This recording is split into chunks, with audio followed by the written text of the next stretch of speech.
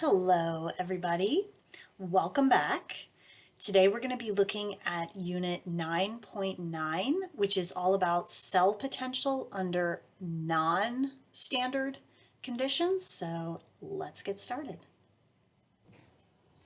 Okay, so before we get into sort of the meat of this subunit, there's a few things that I need to make sure that you all understand about galvanic cells.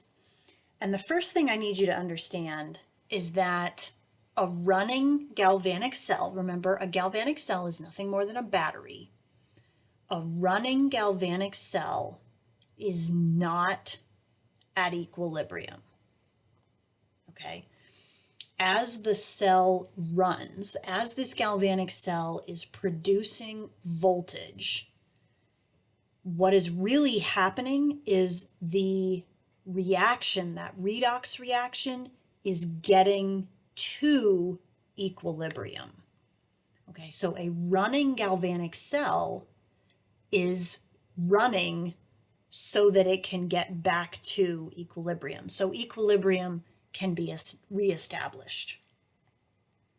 So any cell potential value, any voltage that is anything other than zero, means this battery, this galvanic cell, is running and is producing voltage. So what does that mean if there is a cell potential of zero? All that really is, guys, is a dead battery. And all a dead battery is really just a galvanic cell that has finally reached equilibrium. So when you're on the side of the road or you're in a parking lot and you're cursing because you've left your headlights on in your car and your battery has died and you're angry about that, you can have a little bit of a silver lining in that your battery has just reached its happy place. It's reached equilibrium.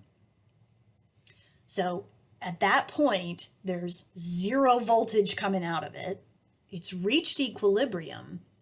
So we wouldn't be talking about Q anymore. Q meaning the reaction quotient, which means molarities, partial pressures of gases, things that are not at equilibrium. But once the galvanic cell has reached equilibrium, then we would be dealing with K. And we'll talk more about that in just a little bit. So the title of today's subunit is Cell Potential Under Non-Standard Conditions. So let's remember, what are standard conditions? If we're talking about gases, we're talking about 1 atmosphere. If we're talking about aqueous solutions, all of the molarities would be 1 molar, and the temperature is going to be 25 degrees. So any of those standard potentials are assuming that all of the molarities of anything aqueous is 1 molar, and if you were to set up an equilibrium expression or a Q expression, since all of the molarities would be 1, Q is equal to 1 when you're under standard conditions. But what if you're not? Okay. If I have this particular redox reaction running in a galvanic cell, what happens if that galvanic cell is operating where the aqueous components of this reaction are not at 1 molar? You won't have to do any calculations. Calculating the resulting voltage is no longer on the AP exam, but predicting will there be greater voltage or less voltage than there is at standard conditions, that is on the AP exam. So what we're going to do is we're going to make predictions on how the cell potential, notice it does not have the degree symbol, how the cell potential under these non-standard conditions are going to compare to the usual standard cell potential, and that one does have the little degree symbol. So under standard state conditions, molarities of things that are aqueous are all 1 molar, but what if they're not? Okay, So for this particular reaction, let's think about, let me change colors to yellow, see it a little better. Let's think about what that Q expression is going to look like. There's going to be, the aluminum ion is going to be squared, and the manganese ion is going to be raised to the third power. So think about if we have these values given to you. The aluminum ion is now 1.5 molar, and that's going to be squared. And the one on the bottom is still 1.0. Okay, so that is going to, we don't even have to come up with a number. I know that whatever this is, though, is going to be greater than 1. Okay, this is Q. All right, when Q, okay, is greater than 1,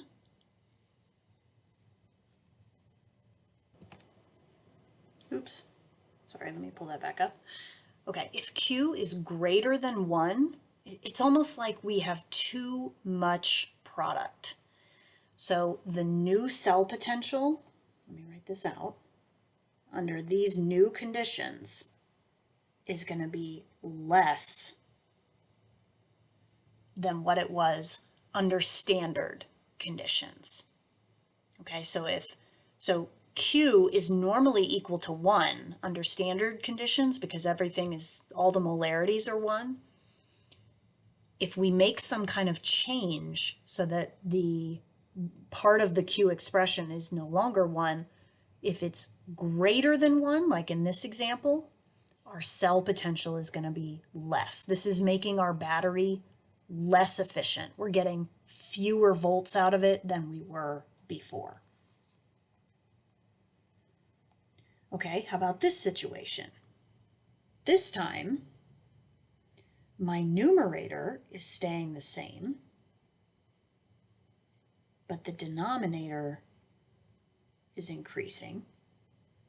So whatever this number is, I don't have to actually know what the number is. I know it's going to be less than 1. It's less than what it was before. And if that is the case, this time, oops, nope, wrong symbol.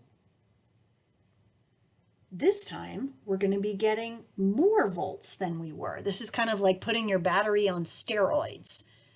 Okay, we've made a change so that now we're going to be producing more volts than we were. Okay, let's look at one more. What if we change both of them? Okay, well, then I've got to think about a little bit of math here. So 1.5 is going to be squared in the numerator, and 1.5 is going to be raised to the third power in the denominator. That's going to be a number less than 1, so that's going to get me more volts. Okay, more volts than I was before.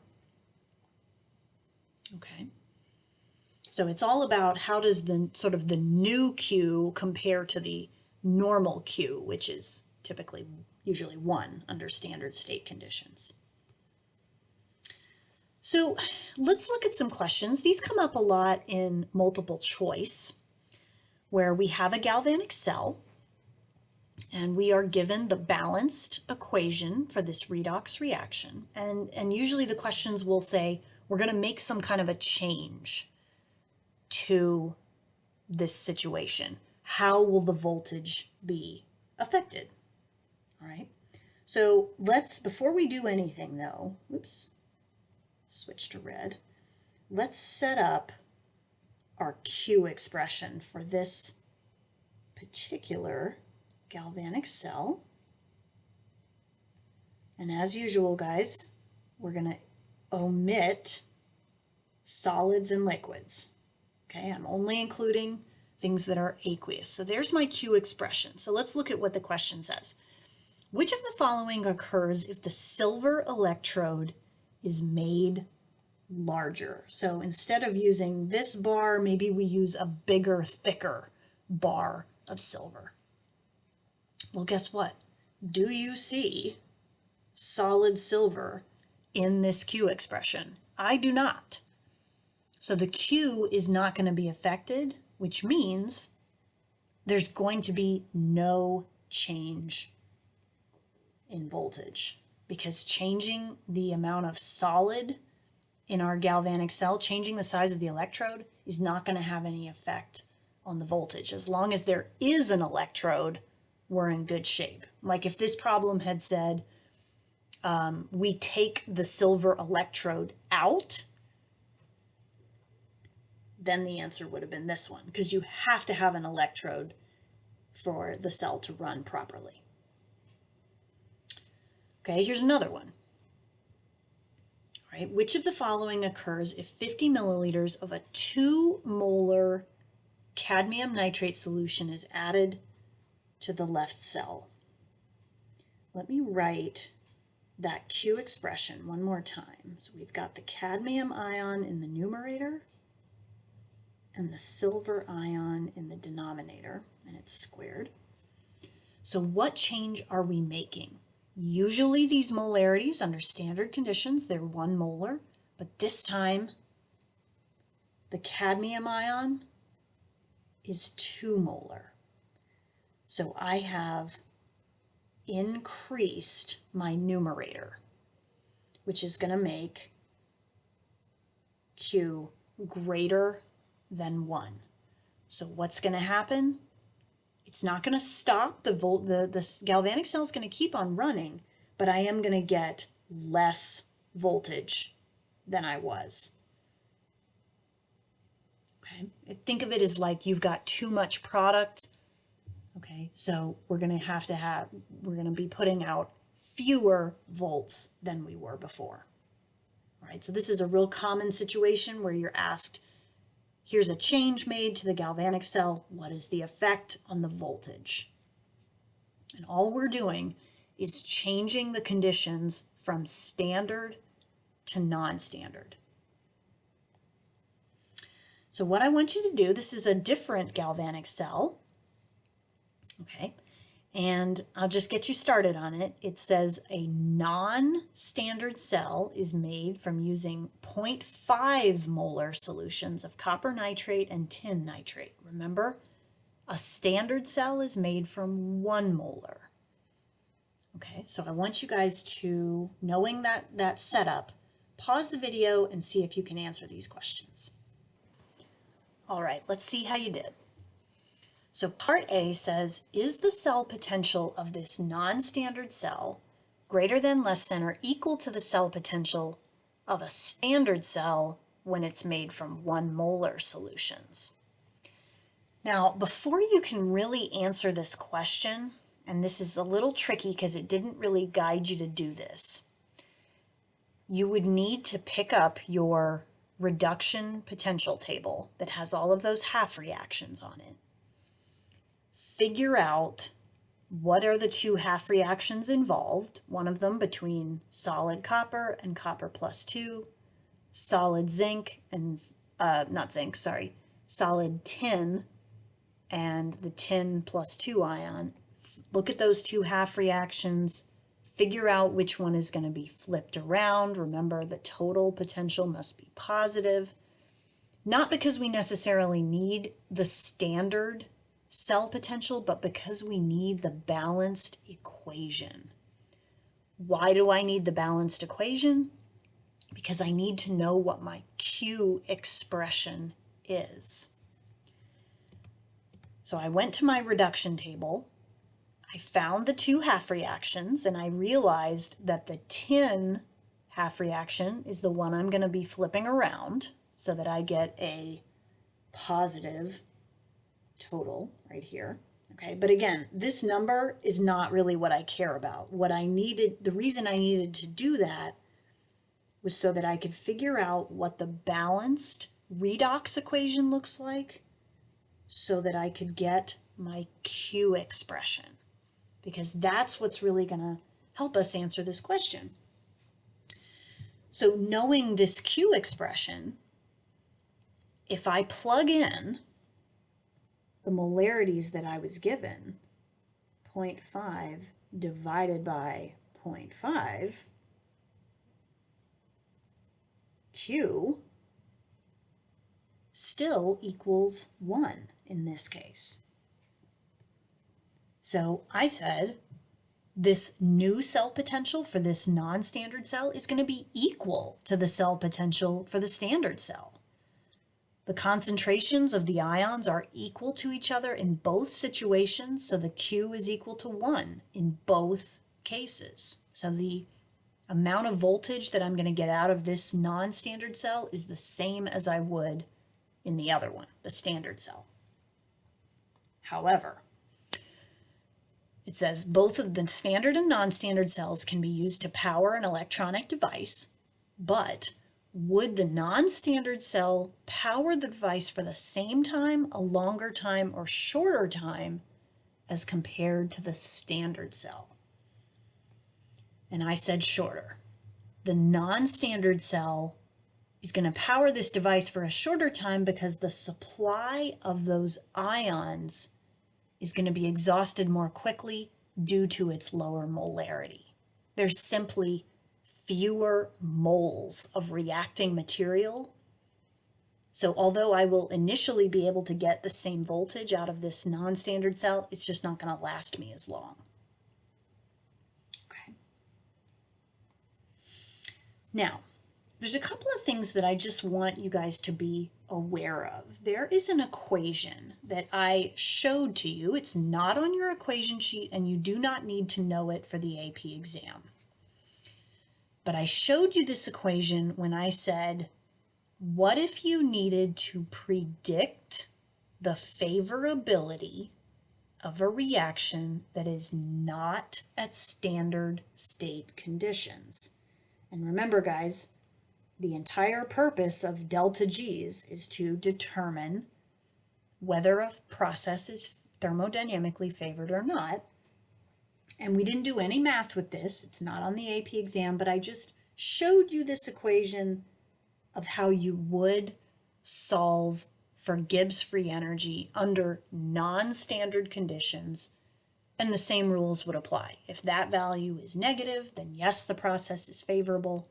If it's positive, no, it isn't. Well, you can apply that equation, what's called the Nernst equation, you can apply it to cell potential as well. Okay? As I said, you are not expected to calculate cell potentials under non-standard conditions.